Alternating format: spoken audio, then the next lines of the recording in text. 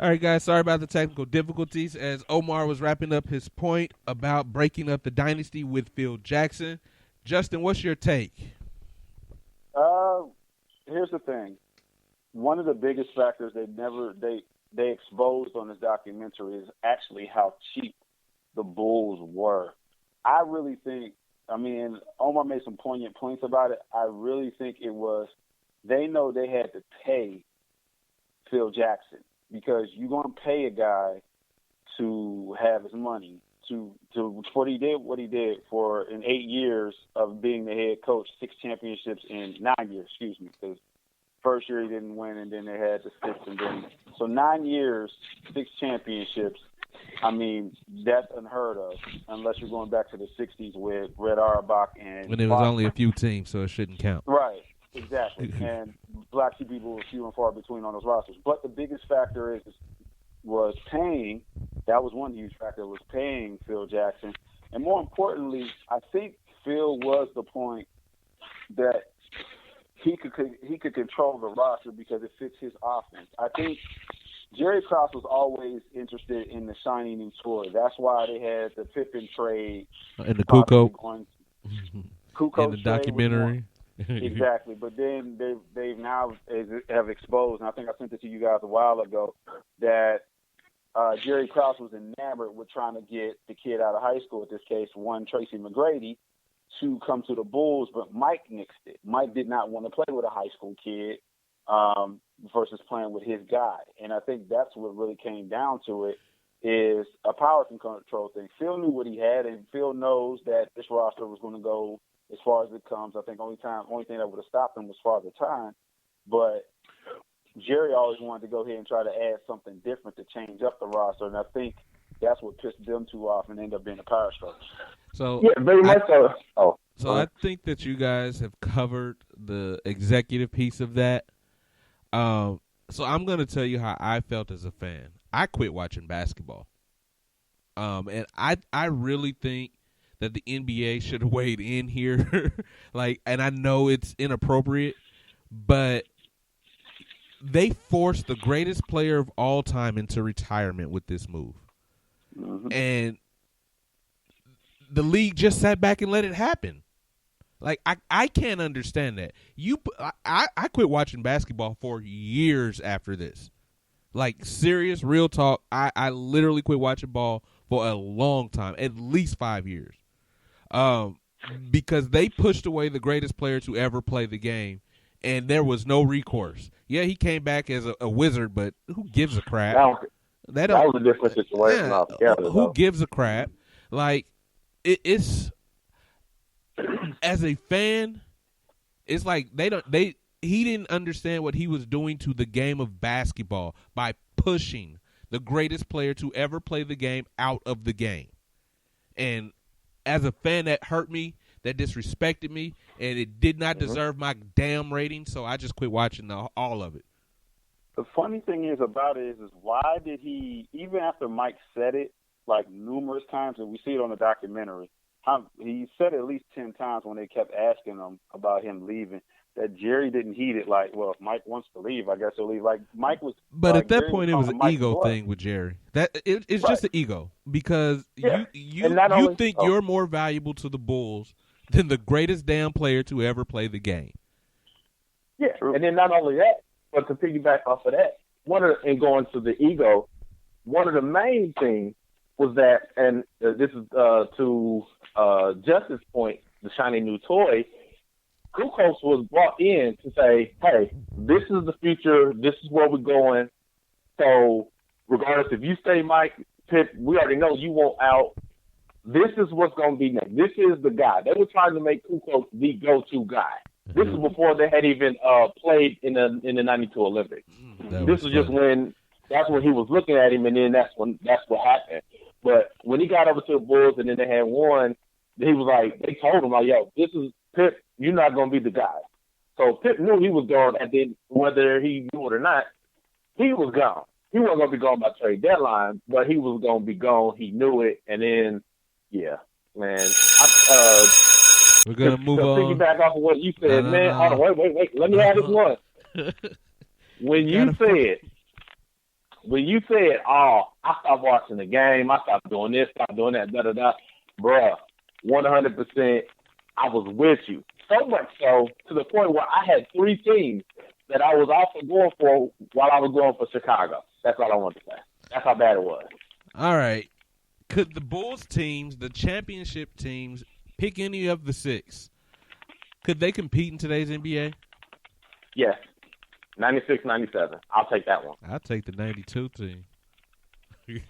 I'll take the 92 team against anybody. Greg Hodges and them boys with Bill Cartwright. I'm going 96, 97 teams. The 92, the 91, 92 teams, I like them, but against maybe like a Warriors team when healthy, I think they would have had some issues because of all the – Yes. Well, actually, you know what? I'm going to take it back. I'm going to take any of the 6. I'm going to take 5 of the 6. The first year when they beat the Lakers, no, I'm not going to take that squad. But the rest of them, because here's the one biggest factor, hand check. We are in an age that hand check is not existing. The hard fouls doesn't exist. And the Bulls can shoot free throws outside of Dennis Rodman. So you can go ahead and foul him as much as you want. As many times as James Harden gets fouled and goes to the hole and gets free throws, how many times do you think Mike going to get to the hole and get free throws? Got him. Every time he drives in. Exactly. So I don't think they would have an issue. They may not go 72-10 or 73-9, but they damn sure would be a first seed. They would be NBA champions. Yeah, I don't see too many problems with them. I don't see too many teams having a cakewalk with those squads back with that squad. I'm not going to let this be unanimous, even though I agree with everything you guys are saying. But this has to be entertaining. So I'm going to let y'all finish y'all's points, and then I'm going to give the counter argument. Go ahead. Omar, This is you, so go for it. You said, okay, so we agree, 96, 97. I say 96, 97 because that team was more geared towards where the league is now at. Where the league is now at. So it's a lot of this is going to be piggybacking off of what Justin said. I'm taking a pre-retirement Jordan. I'm sorry. So Jordan averaged, when I wrote it down, at the end of his career was like 28, 29 points per game. So if you go back and look at all his games, how many times and count 2 points per foul, easy 70. He could have averaged like 60, 70 a game. One. Everyone knows in the playoffs, everyone goes up. The Bulls had a big team. They didn't have many short people. They had, so you're from Pippen, from Harper was like 6. Harper was 6'7". 6'7". Jordan 6'6". Pippen 6'9". Then you got Dennis Rodman, who was like 6'8", 6'10", somewhere around there. And then then the rest of the bench averaged like 6'8" on up. So they had plenty of bodies to throw at anyone that came in that middle. Granted, so yes, that's why I'll leave it at that. That's easy win right there. 10, 11, 12. Count it. So again, I'm being a professional here. I agree with everything y'all are saying, but like we have millennials that watch this that believe that LeBron James is the greatest basketball player to ever live. So we got to make their point for them in order to keep them engaged. I don't think they can compete. I'm lying, but I'm going to say it. I don't think they can compete with the Lakers today. I don't think they can compete with any of those Golden State Warriors teams. It's just too much shooting all the time, too many places that they're shooting from. The Bulls had maybe 1 or 2 spot-up shooters like a Steve Kerr or John Paxson, B.J. Armstrong back in the day, but they could not match any of these teams 3-for-3. They don't have the depth behind the arc to compete with these teams in this style of basketball. If y'all are taking those 97, 98 Bulls, that's post-retirement Jordan, so that's Mr. Fadeaway. Everybody in the league has a fadeaway these days, so that's not making Jordan the greatest player of all time. He would be he'd be an average guy. Listen. He'd be the average guy? Man, I let y'all talk. I'm making a counterpoint here. I don't agree with anything that I'm saying. I'm being a millennial. So let me talk. Okay. Everybody's got a fadeaway nowadays, so that ain't special. He can't fly no more because he's old. This is post-retirement Jordan. Now, if you'd have said the 92 Bulls, then I'm okay with that. Then you got a shot. But the rest of them old-ass Bulls teams. Go back and watch. Oh, I'm sorry. You're making a point. I'm sorry. The rest of them old-ass Bulls teams where Scotty was 2 steps slower and Jordan was 3 steps slower. Like, really, Bill Winnington, Luke Longley, really? Give me a break. LeBron would murder those guys. He'd murder them. Steph would shoot them to sleep. And KD would be just a matchup nightmare for anybody, including your great Scottie Pippen. You think so? Okay. No, ain't no way. You really think so? Oh, I'm glad you're being a professional. But go ahead. Thanks for throwing the disclaimer out there, boy. We're gonna move on. I'm just saying, this is a sports entertainment show. We got to give them some entertainment, and I can't just go all the way down the line. Yes, I'm a huge Bulls fan from those days, but I'm telling you, when they forced Jordan to retire, I quit the Bulls. So let me just say this. You said, and this is it. Y'all just go with the LeBron Jordan thing. We getting there. No. You can't do that. We getting there.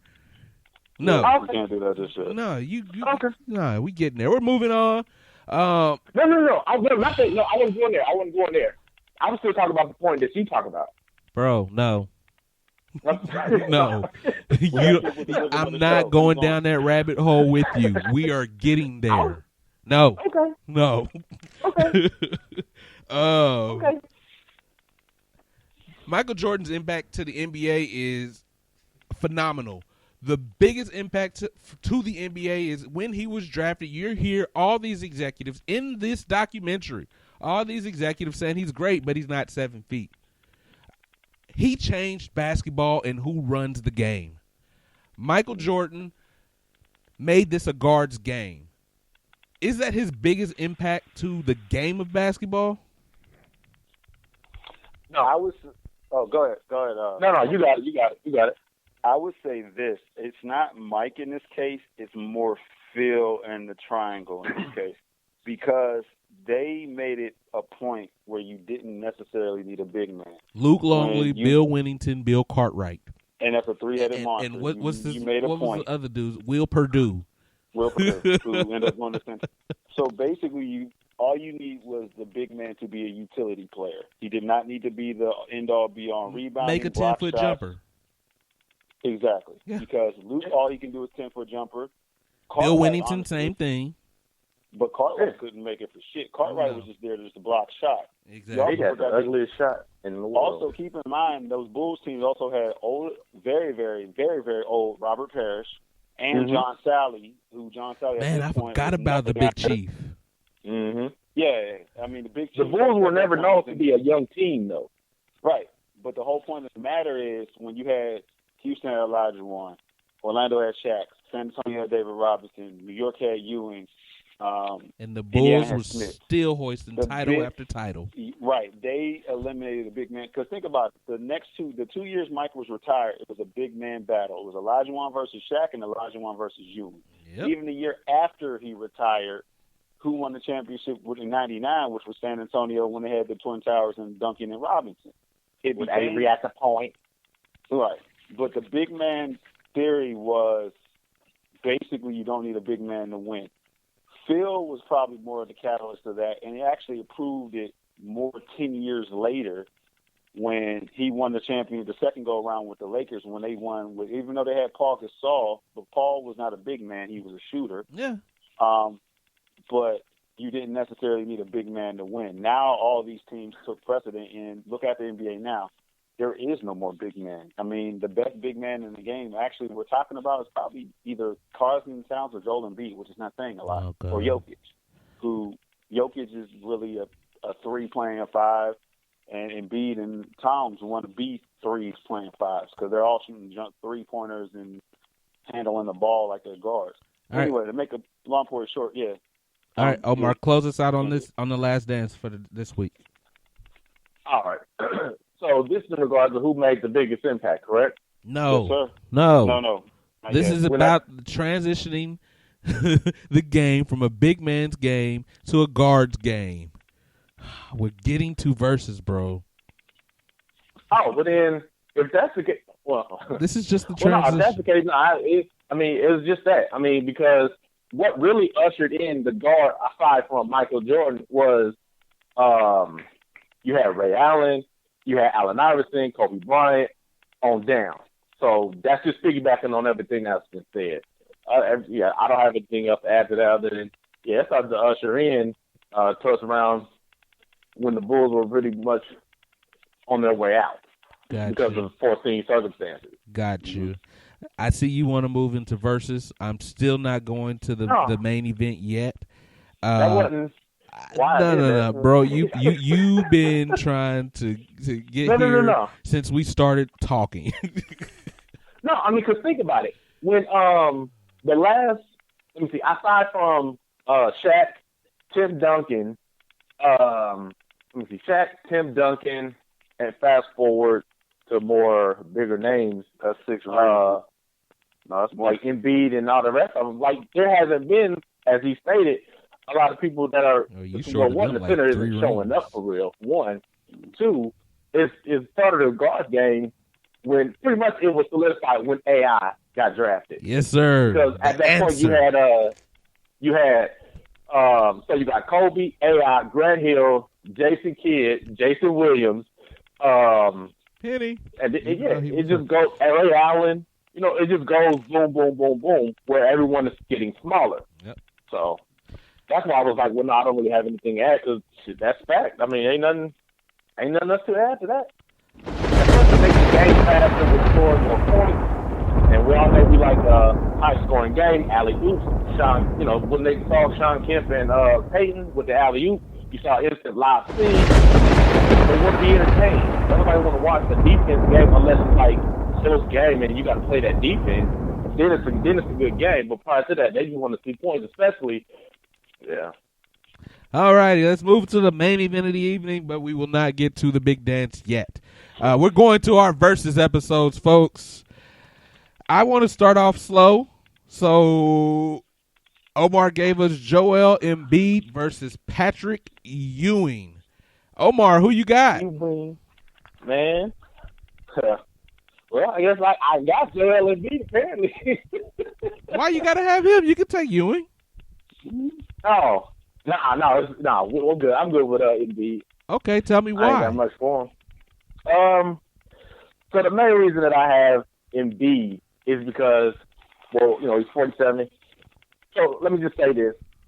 He averages more points than Patrick Ewing. He averages more rebounds than Patrick Ewing, more assists. They got the same amount of steals and blocks.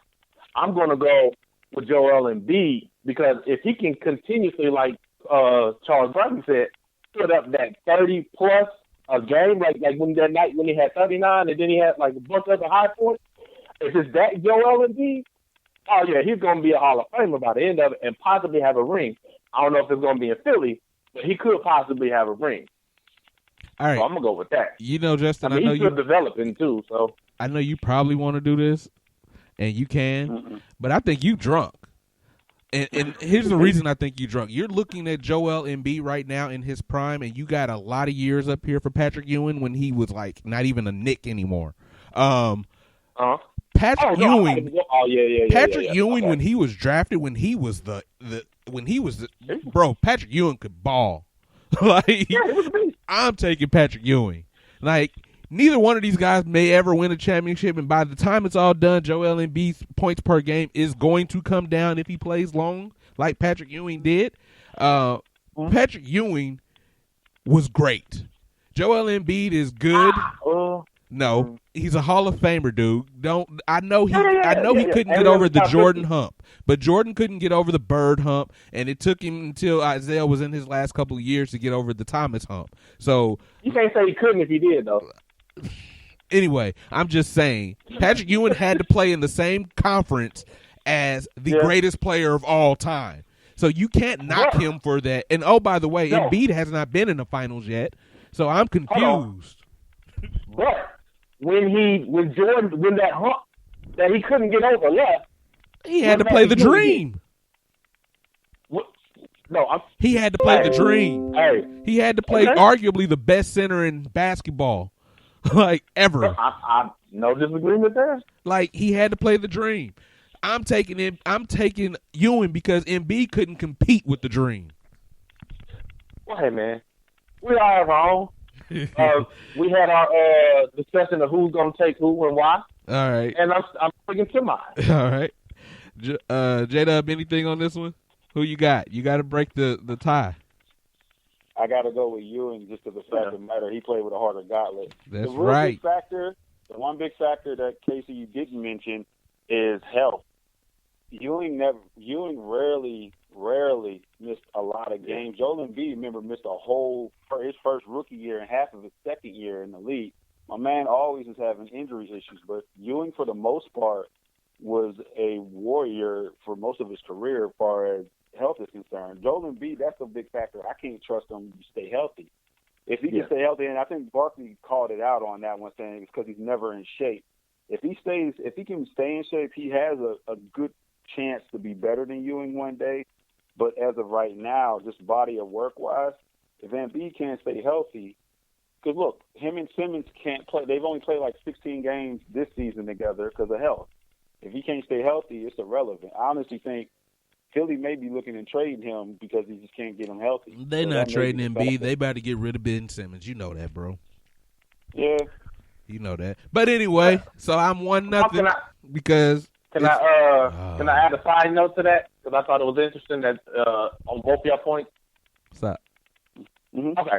So what I find interesting is that during our era of basketball, hardly any player missed any injuries. They didn't take time off. We getting there, bro. Like we getting there. We getting there. We getting there. That's part of your late. That's the main. Come on, bro.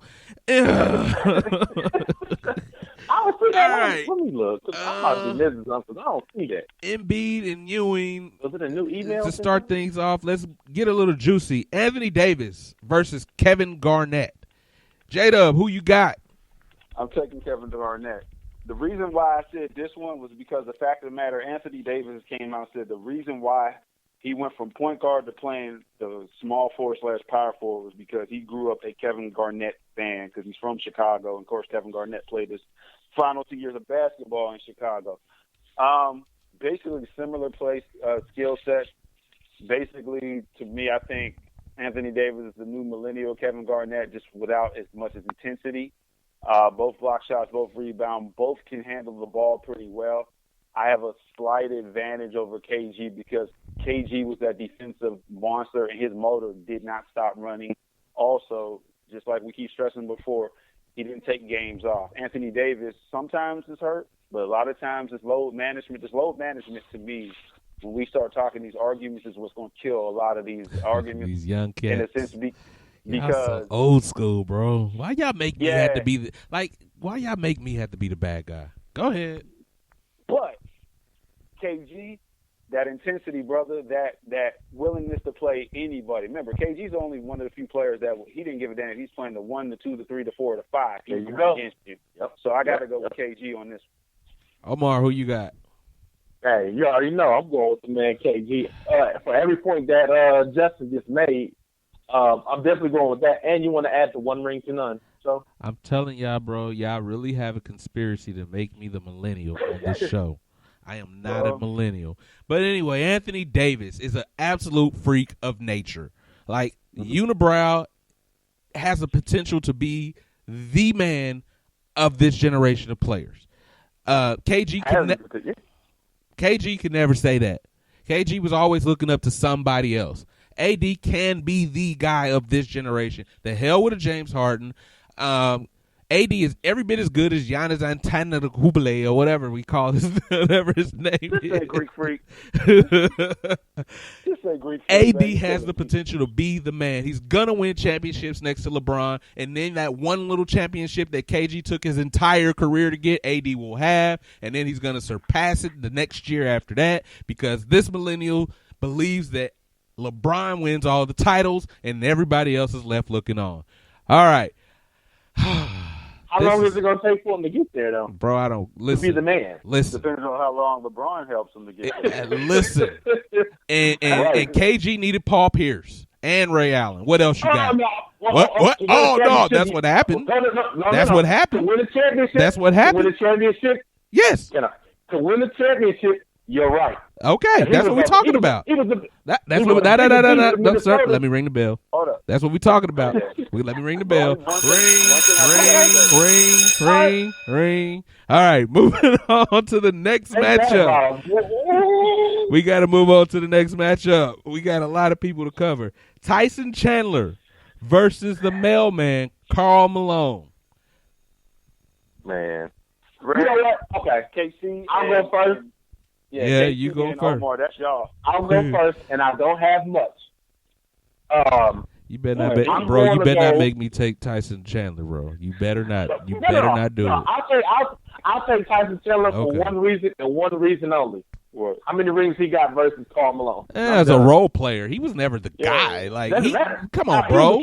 Karl Malone was the mailman. You want to know why he was the mailman? Because he delivered.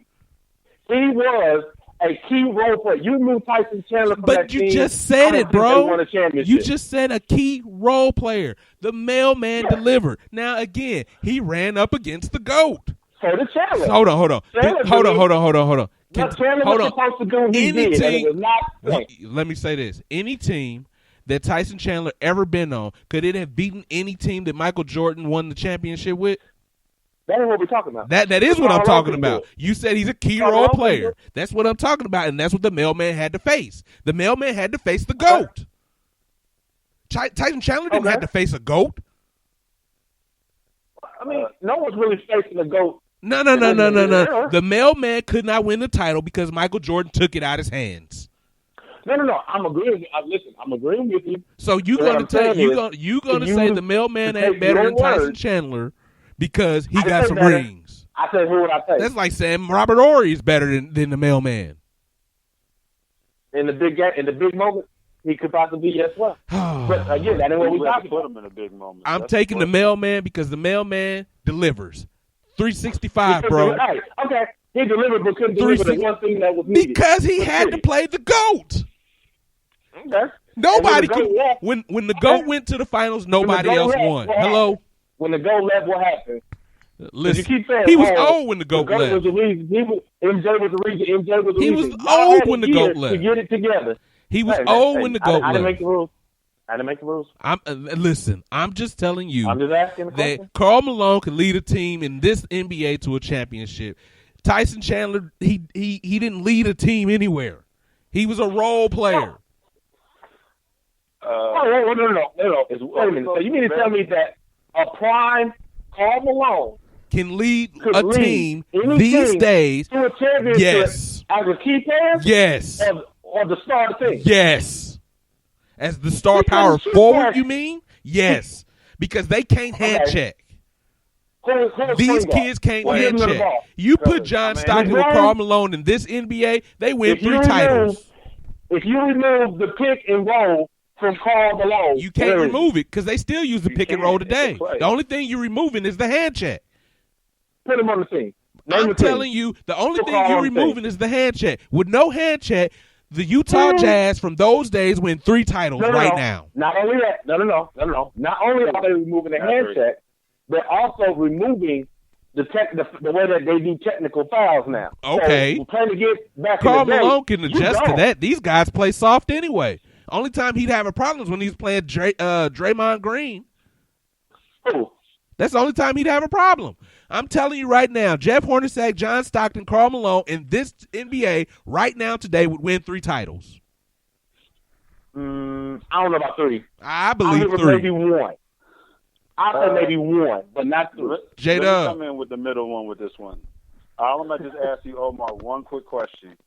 When Tyson won the championship, who was the man on the team? Was it Tyson or somebody else? No, it was somebody else. But again, they didn't bring Tyson and the mailman delivered. You know what? I'm very surprised to have been on the winning side of this argument. I really thought you was going to take Karl Malone. I don't believe you drunk enough to have taken Tyson Chandler. But we're going to move on. Hold on. To quote what you be saying, hey, someone has to take for the millennials. So a lot of my choices will be taken on behalf of the millennials. Bro, bro, you got to lead off on that one. You had your choice. Yeah. I do that when both of y'all done made a decision to leave the young person out. All right, Blake Griffin. Blake Griffin versus C-Webb. So I'm old, and neither one of these guys won a title. So this is actually a really great matchup. I'm not a Blake Griffin fan, okay? I'm a premise this to say that. Chris Webber was awesome.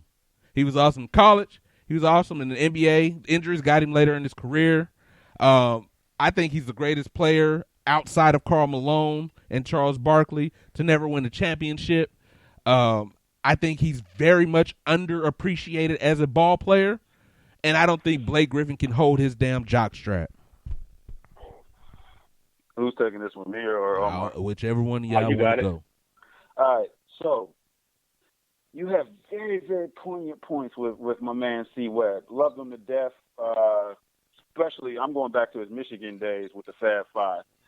But Blake Griffin, I want to pull out some things with it. Him and Webber have damn near the same career scoring average, like about 22 points a game. Rebound-wise, Webber has him because Blake is only averaging 8 rebounds a game. He's only had double-digit rebounds his first 2 years, or year 2 and 3 because he didn't play his first year. Blake in this year's NBA, and this is actually a threat because the fact of the matter is he's one of the still few because he's a jump shooter? No, that's the difference. He's not. When he's in Detroit now, he goes to the paint. He goes hard. He's one of the few NBA players that have no fear going to that rack. I mean, we've seen that over the years. Him dunking on anyone from Paul Gasol.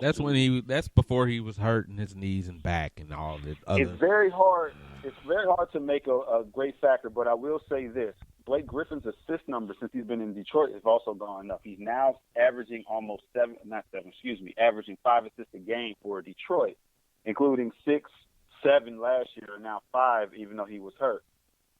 His points has dropped, though, by almost 9 points. How many All-NBA teams has Blake Griffin been on? 2. 0. On L.A. First team. All-NBA team. He hasn't. He hasn't 0. been on an NBA first team. Close. The only thing he's been on is all-rookie team. Has he ever led the league in rebounds? No, but neither has Webber. Yeah, he did one time. Uno mas. Okay. Yes, one time. Mm-hmm. Hey, it's better than your guy. Both of them were Rookie of the Year. Both of them 5-time All-Stars. Yeah, your guy scored more points, but your guy is in a generation where everybody scores more points. James Harden is a scorer. With Blake Griffin right now is versus Webber is Webber was able to stay healthy. Blake Griffin is another. I beg to differ on the health part. Well, Webber's first 5 years in the league, that's the Golden State / Washington, even going into Sacramento, is way more numbers than Blake Griffin. So you telling me my guy is going to lose out on being the better player because he's more available? No, I'm saying he's going to win this battle because he's a better player. Oh, okay. I'm going with Blake Griffin because the fact of the matter is he held that team down in L.A. also. They were contenders until they just couldn't shoot free throws for shit. He needed help too. Well, Chris Paul was the reason why they choked in the playoffs. Not Blake Griffin. But he's the reason that they were good and got to the playoffs too. Because Blake Griffin ain't carrying nobody. Blake Griffin Lob City, baby. Yeah, I'm about to say the whole point of Lob City and the whole. Here's the thing, in this millennial NBA. Where no one goes to the paint. No one's a big man. No one wants to rebound. No one wants to block shots. Everybody I'm taking C-Webb. I'm going Blake Griffin in this one based off of the era. Let me tell you something. Now. The Sacramento Kings brought us to this era. Now, they may not have won a title, but that team played this style of basketball before this style of basketball was good. Oh, I agree with you. And that included Chris Webber. So I'm taking C-Webb. We won one. Omar, break the tie. No, I see Webb. I'm a winner again. I didn't even try to win this time. Because, no, watch this. If you take C-Webb's team in Sacramento, take their best team, and take Blake Griffin, if you remove Blake Griffin, there's Blake Griffin and C-Webber, which team goes further? That's a good one. The Clippers. The fact of the matter is, The Clippers. I think the Clippers because the Clippers had further. Chris Paul and they had DeAndre. Yes, sir. So exactly. So you just lost the argument for yourself, Justin. That means that Blake Griffin wasn't that important to that team. All right. Remove C. Webb from that team. It's a wrap. It's all right, Justin. I know we all got to be professional in one of these damn things, right? Yeah. I mean, I didn't take the Tyson Chandler one. There you go. No, you made me do that shit. Yeah, I don't know why he did that. Yeah, all right, Klay Thompson, Joe Dumars. Omar, who you got? Okay, I'm gonna pull a KC and say for the millennials. Whoa, no, wait, nope. Nah, fairly. Well, in my heart of hearts, I'd take Klay, but I'm gonna go. Nah, take who you got because that's the better player. As a Bulls fan, I don't want to say Detroit. Take the better player. We all know the better player on this one is Klay Thompson. I just want to know how you got Joe Dumars versus Klay Thompson. That was my question. That's a little different. I don't know how you did that one. Tell us how you decided that one, Omar. So because there's times where Klay is certain times. The number 2 option. Yeah, number 2 option. Dumars was the number 2 option, even, second to Isaiah. No, that's the truth. Yeah. That's the reason. I mean, let it be known. But, you know what I'm saying? So I'll go with Joe Dumars on this one. Why not? Bro, we all know Klay is the better player. Now, yes. I mean, you ain't got to suck it up. Like, this is why you get to lead off. You take the better player. Hey. Yeah, you gotta suck it up. Right. Right. You gotta suck it up. You know what I'm saying? Like, no, I'll be the one. I'll take Joe Dumars. I mean, I don't have a reason not to. I mean, Klay is a bad man. I'm not, going to dispute that at all. But, even though Klay got one more ring, but, you got to go in the health-wise. Dumars stayed a little bit healthier than Klay did. I ain't got too much to say about that. But I'll go Dumars just because that bad boy. In this instance, during that time. I agree with you that they were both number 2 option players, even though Klay is mostly a forward and Joe is a guard, period. That's it. Justin, who you got? Before you ask me this question. Hold on, Justin, before you say something. Hold on, Justin, before you say something. Another reason why I'm going to say Joe Dumars is because when KD came into the game, into Golden State, Klay became the third option. Dumars never played third to no one other than playing second to Isaiah. Okay. That's it. There you go. Hold up. No, go ahead. I beg to differ. Counter argue I got to beg to differ on that one. When they got Aguirre ended up making Joe third option because they were. But that was the end of his career, not during his prime, or no, That was literally the first 2 years. Remember, watch the documentary with the Bad Boys when they traded Adrian Dantley to get Mark Aguirre. Aguirre became their scorer because they wanted Joe to concentrate more on defense, especially going against Jordan. But accolades-wise, the dude that scored 60 points in 28 minutes, I got to go with. So I'm going with Klay Thompson on this one, Omar. I like Joe Dumars. I mean, I thought he was a great player, but I like Joe Dumars more as a GM than as a coach. I mean, he was instrumental in making that one Detroit team with Ben Wallace and all of them. But for this argument, I'm going Klay. All right, so I guess my name is Klay. I'm going to call him Klay. I guess I got to break the tie. I mean, I don't need to. I've already said we all know Klay Thompson's the better player, so we're going to move on. Did we do Zeke and Chris Paul? No. Let's go. CP3, Zeke, Isaiah Thomas. Who you got, J-Dub? I'm going Chris Paul. The reason I picked this one to give the audience a heads up, both of these players are considered true point guards. I mean, without size. Like Magic is the all-time greatest point guard. We can all say that. But these two guys are 6'1" versus 6'3". Little point guards. Say what they are. Little point guards that were past first point guards. And both guys were also considered to be assholes to a lot of their teammates. So I'm going to go with that. But I'm going to go CP3 just because the fact of the matter is CP3 was more of a package than Isaiah. more defensive, all defensive player teams. The only knock on CP3 is, of course, his health. Isaiah was not. Oh no, that's not the only knock. But I'm gonna let you say that for now. Yeah, I said not including him being the dick. Nah, you said the only knock on CP3 was his injuries. That ain't the only knock. But also, steals wise, he was one of the top. He's going to probably go down in top 5 in steals of all time. He probably will eventually go down, and he may end up being the all-time assist leader. He may take that away from John Stockton if he can stay in the league long enough, if he can stay healthy long enough. But I got CP3 and he was always an integral part, for exception of his early days. And actually, no, even when he played for New Orleans, he's always been the more integral part of that team. Detroit, if they lose Isaiah, they're losing a lot, but they could manage without Isaiah for some games. If you take CP3 off of those New Orleans teams, and we just talked about it earlier in the Blake conversation, you take him off of the LA Clipper team, those teams struggle. He may get away with it, and look at it with OKC now. No CP3, OKC is definitely bottom feeder. Omar, you know what? Who you got? I'm going to say, hold on. To that point, I'm going to say, I don't know if they would struggle because, who was the sixth man for them, like, consecutive years? For Detroit? No, he's talking about the Clippers. It was Clippers. Jamal. Jamal and Hey, if what's the name if Paul would have went down and Crawford would have stepped in, I don't think they would have struggled. Okay, I just wanted to say that part. No, keep going. Isaiah Thomas. All right, you got Thomas. I am. Yeah.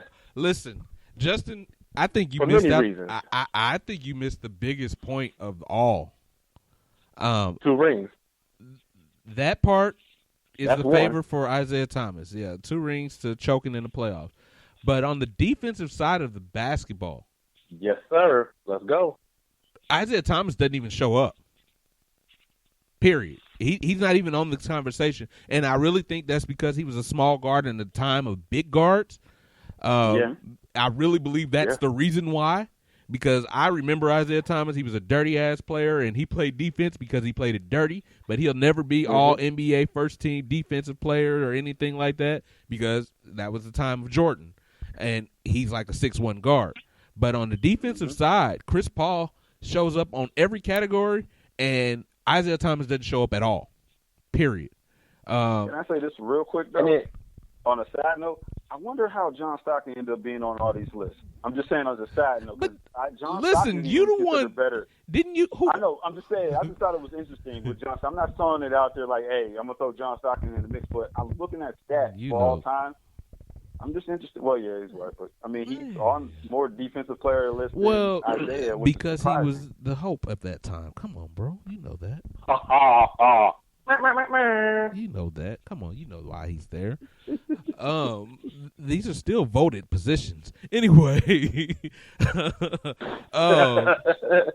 listen, for all the things that Omar said, I want to pick Isaiah Thomas, but I'm sitting here looking at defense, and Isaiah Thomas does not show up on defense. And Isaiah Thomas only led the league in assists 1 time. Chris Paul did it 4.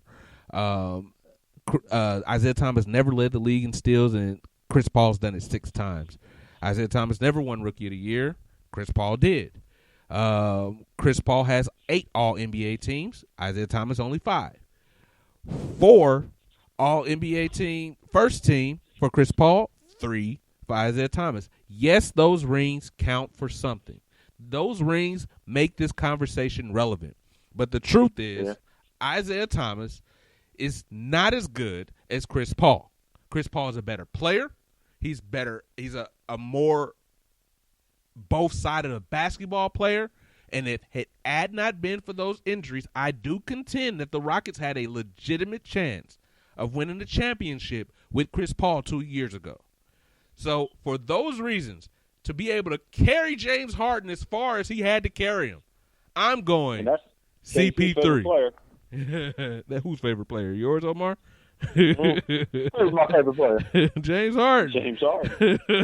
No. All right. No, not at all. So we got Chris Paul over Isaiah Thomas because it was 2-1. Yeah. It was 2-1. But as a side note, career-wise, Isaiah averaged more points and more assists and more steals than CP3, career-wise. Let's go James Harden versus Clyde the Glide Drexler. And I did this for my Rockets fans. And I know with so you're stats. Clyde. How'd you know that? Taking Clyde. So, listen, one of y'all better get y'all mind around taking James Harden because I'm taking Clyde Drexler. Man, I don't think nobody wants James. No. Omar, one of y'all need to get y'all minds around taking James Harden because I'm taking Clyde Drexler. Both of these guys were probably the second best guard in their time, but Clyde Drexler was just special. It's a reason he has a nickname that doesn't involve facial grooming because what he does on the basketball floor actually matters. Clyde the Glide Drexler was almost as good as Jordan. On the basketball floor, except for when they played in the 92 finals, when Jordan decided to make the Trailblazers and especially Clyde Drexler his bitch, Clyde Drexler balled against everyone else. Clyde Drexler was that guy against everyone whose name was not Michael Jeffrey Jordan. Now, the entire league bowed down to who actually was the king. This guy that calls himself the king is not a king because no one bows down to him. They go head-to-head with him. They beat him in the finals. The king is his airness, Michael Jordan. But Clyde Drexler tried. Clyde Drexler was a solid guard. He led the Portland Trailblazers to the finals when no one else thought it was possible. Twice. Was it twice or once? And this guy with his beard can't even make it to the finals. He chokes in playoff games. Clyde didn't choke. He just got beat by a train called the Bulls. And the Pistons. Toot, toot. Go ahead, guys. Come on, got it. Oh, you got okay. Yep. All right. So, first of all, let me say this. To quote Stephen A. Smith, Casey, what you said about Clyde and Jordan, that's blasphemous in terms of him being better. I never said Clyde was better. You said... I said he's the second best guard. Nah, that ain't what you said. I said second best guard. I was very specific. I didn't say second best player. I said second best guard. All right. So for where am I? So, in my heart of hearts, I would definitely take Clyde. But I'm going to go with James Harden. He averages 14 more points. Granted, he shoots more. Granted, it's a different league. He is the second reason, I'll say, not the first. But he is the second reason for everyone using that Euro step. Let's start there. Defense, nope. Points-wise. Bro, give that man some respect. He gets a lot of steals. He doesn't have it, but Clyde Drexler for career-wise gets more. Yes, that's true. So, I don't even know. Like, you're not supposed to be making that my case. I'm trying to help you make yours. No, I know you're struggling over there. Well, clearly you know where my heart's at. Well, you know what I'm saying? I'll just say James Harden for ushering in a new style of play, and I'll just leave it at that. J-Dub, break the tie. Okay, so, I have very convincing topics with Clyde versus James Harden. And you'll be surprised who I'm going to pick. You're going to pick the beard. Oh, I thought you was picking the beard. Nah, you know he was going to pick Clyde. It was Clyde for two factors. One, he took his team to a finals twice. Even though he lost, he's 0-2, he's really 1-3 in the finals. But he lost to the Pistons against Detroit when the Pistons won their first one, and of course he lost to the Bulls. The fact of the matter is it does come down to the clutch in the playoffs with Clyde Drexler versus James Harden. James Harden could be a great scorer, but there's a lot of great scorers that came in that haven't done nothing in the league. Tracy McGrady, Bernard King, Iceman, George Gervin. We go few far between. Carmelo Anthony. Scoring is a lot, but scoring does not mean equipped with championships. James Harden to this day has not got past the in the conference finals, and realistically speaking, him by himself as the alpha dog has not got past the second round of it. He got past it with CP3's help. If he wouldn't have got hurt, then yeah, we're talking another story. That's the only reason why I'm going to go with Clyde the Glide. Second of all, he was a better teammate. Like when he sacrificed scoring and being the man to come down to Houston to be the Scottie Pippen to Elijah Wan Jordan, and it ended up winning him a championship. James Harden to this. That's true. And we're gonna take it from there. Nope, we're moving on. We got to move on. No, he wasn't done making his point. Let Justin finish making his point. I'm just saying this: Harden will never do that. I'm gonna tell you this right now. We know where he will end up he'll end his career just like T-Mac and Bernard King. Just leave it at that. Kawhi Leonard, Scottie Pippen, J-Dub. Who you got?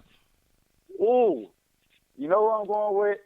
I'm going with the millennials. I'm going Kawhi Leonard. I am going with the quiet man or bored man. I just want you to know he's setting you up, Omar. So I'm going with Kawhi Leonard on this one. Kawhi Leonard, Scottie only had to be the alpha dog for 2 years. And they lost both times. And they lost both times, including to the big rivalry, which was the Knicks. Now, I'm never going to knock Scottie because he's going to be top 50. He is top 50 of all time. But he's on paper top 50.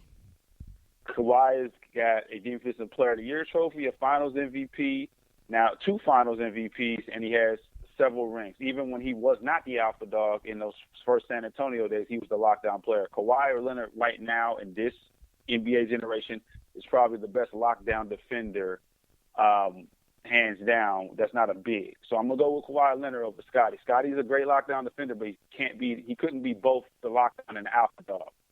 So I'm going Kawhi. Omar, this should be you up already your know alley. who I'm going with. My favorite player, Scottie Pippen. Tell me why. Over Scottie Pippen. 1, 6 rings. We'll start there. 2, Scottie Pippen is the reason there's such thing as a point forward. Let me get back. In terms of, in terms of averaging points, yeah, he has that. His defense, by far, you're not even going to rock with Scottie on the defensive level. Well, Scottie so there we go. Defensive Player of the Year reward, though. And Scottie got the hand check. Kawhi doesn't. But keep going. Yeah. Keep going, Well, Omar. actually, I don't know, because Scottie, to a certain degree, was not hand checking. He would put the forearm out, but that was just for that defender, just so that he has that spacing. But that's the hill there. So he's a 10-time NBA All Defense, 8-time NBA Defensive First Team honors, leads the league in steals, 21 career triple doubles. Of course, a member of the 2 Dream Teams, one of the greatest Dream Teams of all the world. Also one of the 50th greatest players. He's a great player to play with. He holds all his teammates accountable, which is what caused the problem with him and Barkley. But he's still a good teammate, but he just was trying to bring out the best in every player that he played with. He almost, had it not been for the Lakers, would have taken Portland to the finals. But that was the finals. They would have won. He wasn't the man on Portland. That was Rasheed Wallace's team. Man. It was Rasheed, Bonzi, and Damian Stoudemire. Scottie was like the 4th option. In fact, 5th if you count Steve Smith. Whether again he's an option or not, he's the key to that team. So name me a time Kawhi wasn't the key to the team where he was the 4th option or down. He's always been the key to the team. Yeah, I'll give you that. Yeah. When it comes to between the two, I'm Pippen. Right. And he has how many All-Star MVPs Pip got? What? All-Star MVPs. I think 1. Donut. How many Defensive Player of the Years Pip got? Let's see. 10 NBA All Defensive honors, 8-time. I'm going to break the tie here. First team honors. I'm going to break the tie here so we can get to the main event of the evening, what everybody's come here to hear. I'm going with Scottie Pippen. The reason I'm going with Scottie Pippen is quite simply. The rings. It's not just the rings. Oh, no. Kawhi Leonard has been the man his entire career. Wherever he's been, he's still only averaged 18.6. By the way, there's this thing called load management. And Scottie didn't do it. So with that being the case, I'm going with Scotty Six in the old NBA did that. Scotty Six Ring Pippen, except for Dennis Rodman, but we'll get there. I'm going with Scotty Six Ring. All right, and ladies and gentlemen, our main event of the evening, Mr. LeBron James versus Michael Jeffrey Jordan, the GOAT. I'm gonna preface this because I already know what's about to happen. I am a fan.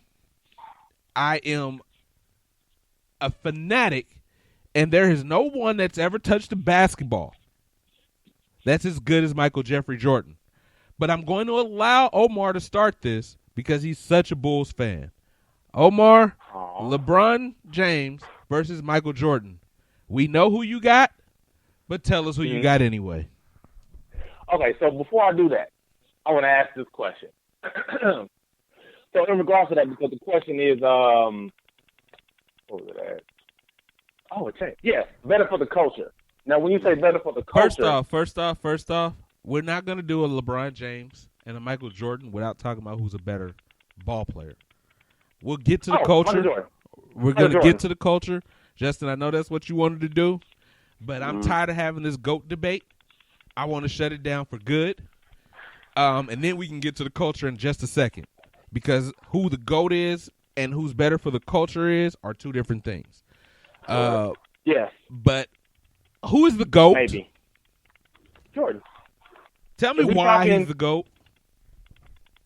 Uh-oh, wait a minute. Hold on, give me 1 second. Okay, so one of the main reasons why he is the GOAT is because there's been books written about this man, how to guard him. We're going to start there, the basics.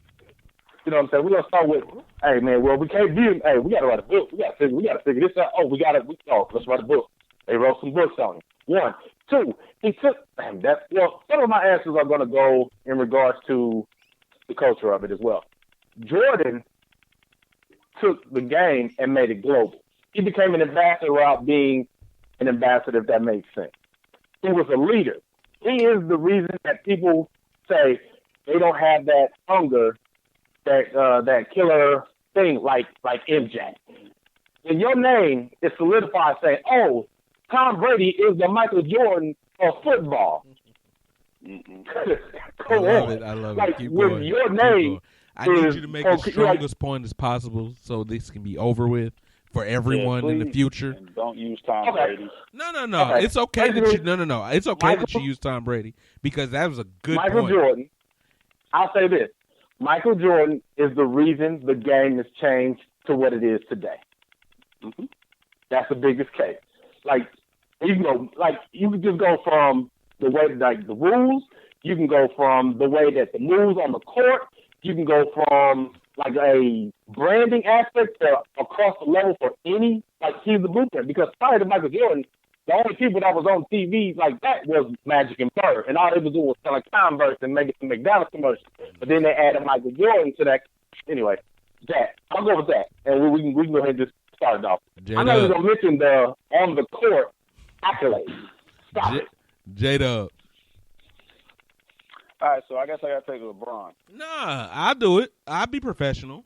If you want to take Mike, I'll take LeBron. That's fine. No, this was going to be you on this one. I was going to jump in for the culture, but y'all can do it on the players themselves. Well, go ahead. All right, so I like everything Omar said as far as what Mike did on the court. But let me ask you this question. How much has he contributed off the court? Now, see, that's a different ball game. And you said culture. No. It's not a different ball game. You said for the culture. So talk about it. No. So when you say culture, here's what I mean. Michael Jordan was a movement. LeBron supports shut up and dribble as a movement. So it's two different things. So you know what I'm saying? So like for culture purposes, then it's a bit different. The movement for Mike. Oh, you know the song. Doom. No, that's an advertisement. That's not a movement. Man, that's a movement. Everybody, listen. When everyone gets behind something, that's a movement. No, so everyone that's on the court. Let me help you out. They were drinking the Gatorade. Let me help you out. Let me help. Let me get this real quick. Go I ahead. can go McDonald's. That's not saying I'm getting behind McDonald's as a culture. It's a catchy jingle that happens to be on my commercials all the time. Let me help you out, Omar. Okay. Let me help you out, Omar. Let me help you out. So Michael Jordan has been very practical. He has been very political. He's been very, I'm staying out of this. And even Michael Jordan has been shoes too. Michael Jordan has been quoted as saying that Republicans buy Jordans too. Yeah. However, yes, LeBron James allowed players to start speaking their minds. Well, I don't know why they needed LeBron James's permission to do so in the first place. But Michael Jordan started a clinic. Michael Jordan is trying to actually help people who don't have money get medical care. So to me, as far as somebody being able to say what they want to say, well, we've had this little thing called freedom of speech for years because he decided he would rather show up. I'm sorry, besides the point that he would rather sell shoes and become a billionaire than wade into politics that he did not have enough information about. Yeah. I'm sorry, you can't knock him for that. The man didn't say that he's not going to support him. He actually made a campaign contribution to the guy who you're talking about that we all say he told him that Republicans buy shoes too. Great, and they do. And the man want to make his money. He still gave some of his money to that guy's campaign, whatever. Yes, he did. However, when you say who's better for the culture, nobody grew up saying or singing, I want to be like LeBron. We all grew up singing, I want to be like Mike. So the bottom line is, who's better for the culture is the guy that did not show us anything that was a problem during his playing career. He was a great player. He was a great role model. He changed the game. He made many of basketball players a lot of money because Nike was not even really a brand when Michael Jordan was drafted. So until he came. So for you to say who's better for the culture, these basketball players with these $100 shoes out right now, they better thank Michael Jeffrey Jordan because of it. Because if it had not been for him, we would all be buying Patrick Ewings for $39.99 like I did when I was a kid, and I couldn't afford Jordans. However, but here's the thing. Ewings, though. Wow. But here's the thing to say to that. Listen, you get off my piece. You cannot. But see, here's the thing to say about that. The reason why my first question when you say who's better for the culture, like I always ask, well, what do you mean exactly? Because if you want to talk about how you philosophy, that word, where they help the community, LeBron, there we go. LeBron got schools. LeBron has been giving donations, buying Boys and Girls Club computers. Bro, you can end this conversation right now. If you just say one, no, let me help you. Let me help you.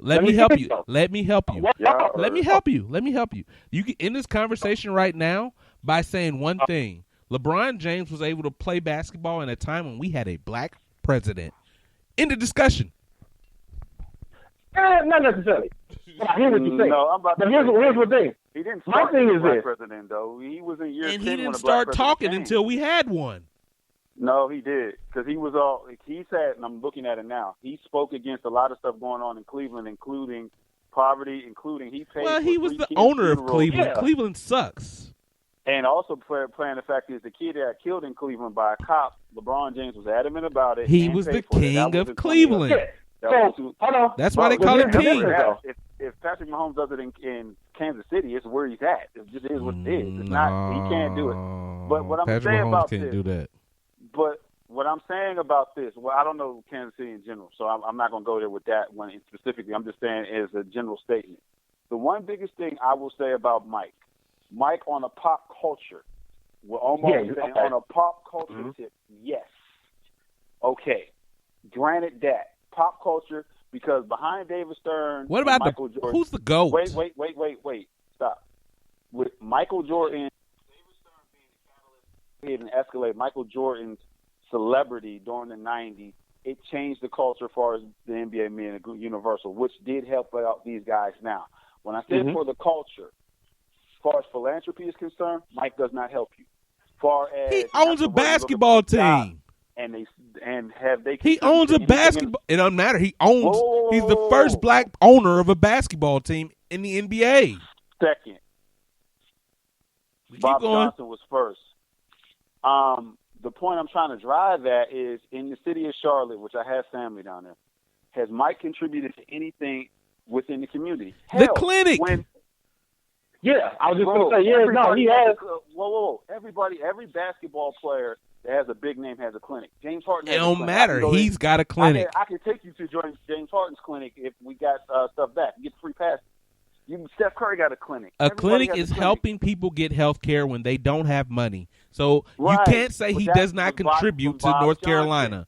You can't say he doesn't contribute to Charlotte, North Carolina, because that clinic. And LeBron's contributing to 3 different cities. That's great. Akron, Ohio, Cleveland, Ohio. Well, he's played in 3 different cities. Well, Akron is his hometown. He never technically played in Akron. Well, he went to high school there, so he did play there. LeBron James has a school. Akron. He played basketball there because he was a high school player from there, right? Well, from Akron. Okay. So go ahead, Omar. All right. Pop culture-wise, I think you guys are right. I think on helping out the community and pushing the envelope as far as Black perseverance and pushing the envelope, Mike. Okay. You're talking about political speak back, but as far as giving money, exactly my point. I'm talking about giving money, contributing to those causes that you're talking about. You're talking about a public face. No. Okay, so LeBron James basically gave his whole Miami contract to build that school. Mike, okay, right. So with that being said, Mike does not get into politics. Mike's people will help him get into politics. LeBron's more openly honest about it. The I Can't Breathe movement, that was spearheaded by LeBron. You're talking about TV and social media. The whole Donald Sterling thing was also started by basically LeBron. The Clippers players did not act until LeBron called CP3 and said, dude, you got to do something now, or Donald Sterling will get away with murder. LeBron being as adamant is what pushed the Donald Sterling button for David Stern and Adam Silver to have to do something. That was actually Adam Silver's first big controversy that he had to do on because he'd only been the commissioner for less than, 6 months at that point when Stern first retired. So your argument is about televised or publicized contributions to the community.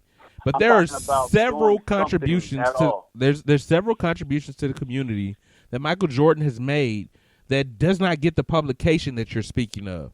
Jordan makes multi-million-dollar donations to Friends of Children in support of organizational national expansion. Jordan donates $2 million in relief in the wake of Hurricane Florence. Donates. But they both did. Donates. At the same stuff donates. Hold on. Let me finish, bro. Donates $7 million to Novant Health Michael Jordan Family Clinics. Make-A-Wish Foundation. $3 million to Hurricane Harvey down here in Houston. He has no ties to Houston, but he donated money to Hurricane Harvey. Hell, he did more than what the Houston teams did, including James Harden. Make-A-Wish ambassador. $5 million to the Smithsonian's National Museum of African American History and Culture. Because Jordan has an exhibit there. Have you been there? He has a whole exhibit. NAACP Legal Defense Fund, $1 million.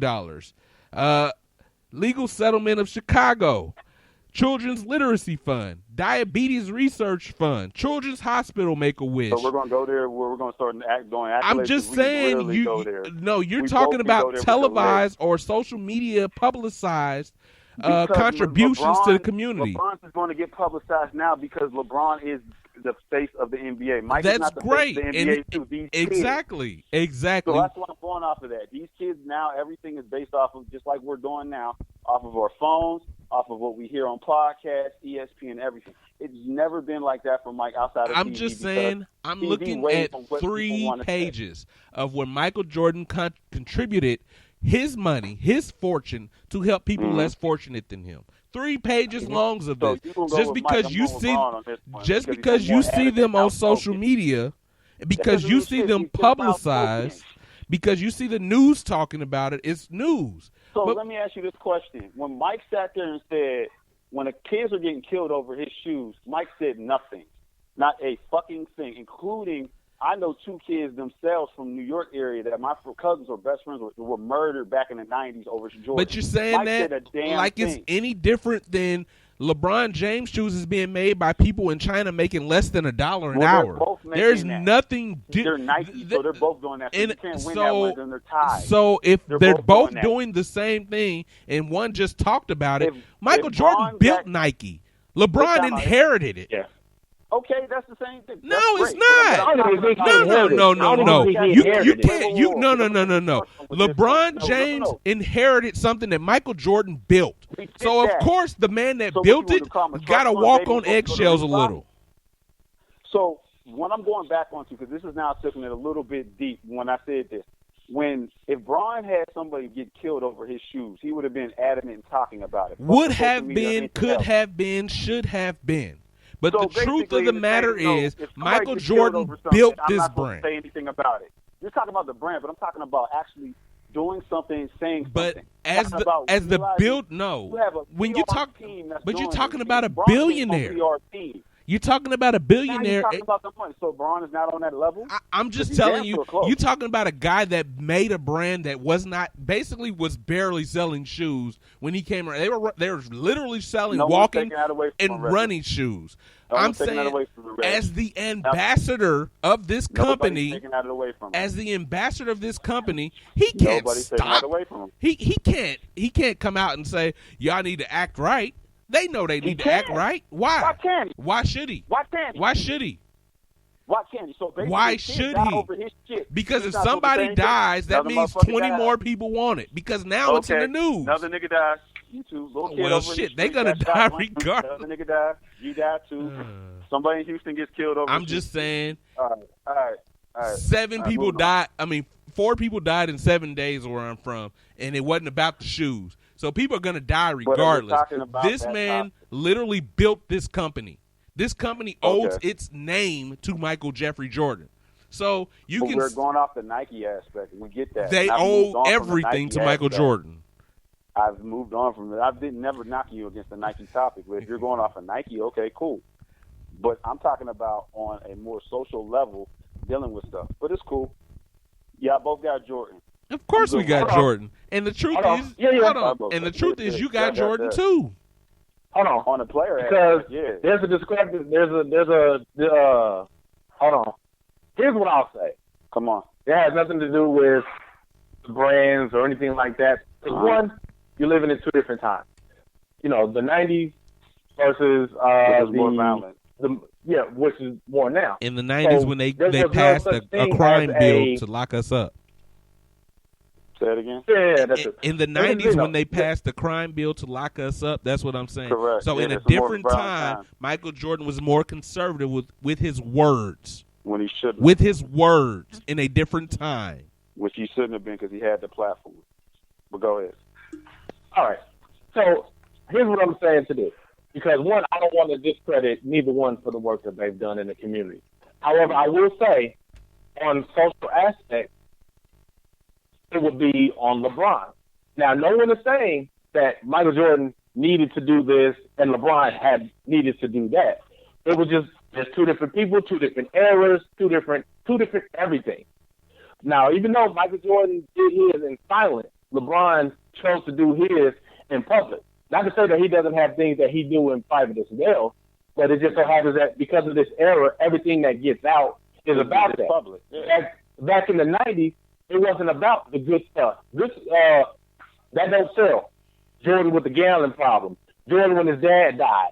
Jordan when he left baseball. He's terrible at baseball. All the negative things is what got out, as a standpoint. So if we want to go just on that standpoint, then I would give the edge to LeBron. But a global overall, in terms of culture, whether it be pop and black, you got to give it to MJ. Because MJ is the blueprint to everything basketball, tennis shoes, to everything commercial, to everything on all that level. Hello? Yeah, you got feedback again. Okay. On. So that's what I'm saying. Now, 20, 30 years from now, 40 years from now, they'll be saying in terms of social, LeBron would be the one who started to put in the face in the front of in terms of from a basketball standpoint. Because back in MJ's days, they pretty much had we had Jesse, we had Reverend Al, we had Farrakhan, we had Ali, towards the end. But, a lot more people get Jim Brown. We had a lot more activists back then that were in your face constantly versus now where a lot of people rely on social media versus being out on the front line. So it's just different times, not to say that one is more than the other. It's just one is good to see the progression from 90-something to 2020, we'll say. So as overall, MJ, but in terms of, because Jordan doesn't have like schools and stuff like that, he has that. He got schools. MJ? Yeah, he got schools. Yeah, so you would have to give in your face to LeBron. But overall, from top to bottom, NBA, shoes, brands, league, charities, you got to give it to MJ. But no disrespect to LeBron because he's done an amazing job with everything that he's done charitable. But at the same time, you got to keep in mind that, whether LeBron is basically falling in the footsteps of MJ as well. Because last I checked, I think they're doing the Space Jams too. I think he's following footsteps with several people. MJ is one of them on the business aspect, but I think more on the open mind, speaking a mind type. He's old school. He's going back to Jim Brown, Kareem Abdul-Jabbar, Ali type shit. He's going back there. And he didn't want to be on that. They're their own men. Yeah. They're their own men on it. I can't. And freedom of speech is everything now. And what you read, the only reason why it's harder to go ahead when you say MJ in the 90s versus LeBron now is because everything. We just watched something where Earl Thomas and his family, and that controversial subject would be next week, that has hit the media. Something that would never happen in the 90s. And everything is and now even if it publicized did, on social media. and even if it did, and I'm sure it did, Michael Jordan wouldn't have spoke on it because back then, athletes, and I won't say back then, Michael Jordan chose to stay in his lane. And I cannot knock him. I cannot knock him for wanting to stay in his lane and build his brand the way he wants to build it. I think what you may be missing is the word no one's knocking him for it. Like, no one is knocking him. Yeah, Justin is. But Justin is. Think about it. Justin is knocking him. No, I'm not. If you come from certain cases, he could have been more vocal because you did. So you're knocking him. You're knocking him. No. But this is a man whose balance father died. This is a man who himself had other troubles in gambling. This is a man that didn't feel like he should have taken those steps. Well, hold on.